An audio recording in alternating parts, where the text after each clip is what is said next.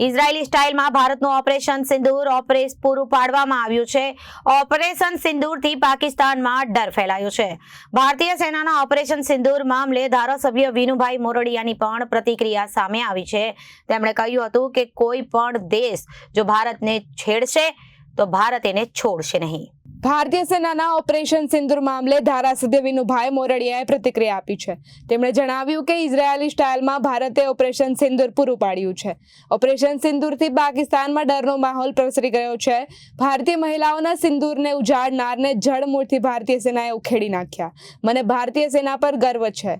સ્વાભાવિક છે કે પહેલગામની અંદર નિર્દોષ નાગરિકોની આતંકવાદીઓ દ્વારા જે નિર્મમ રીતે હત્યા કરવામાં આવી હતી એનો આ વીર જવાનોએ એર સ્ટ્રાઇક કરીને 100 કિલોમીટર કરતાં અંદર પાકિસ્તાનમાં ઘૂસીને 100 કરતાં વધારે આતંકવાદીઓનો ખાત્મો બોલાવીને વીર જવાનોએ પરાક્રમ કરીને એમને સેલ્યુટ છે। અને સિંદૂર ઓપરેશન જે કરવામાં આવ્યું છે એ જે પરિવારોએ પોતાના સ્વજનો ગુમાવ્યા છે એમને આ સાંત્વના આપનારું આ પગલું હશે।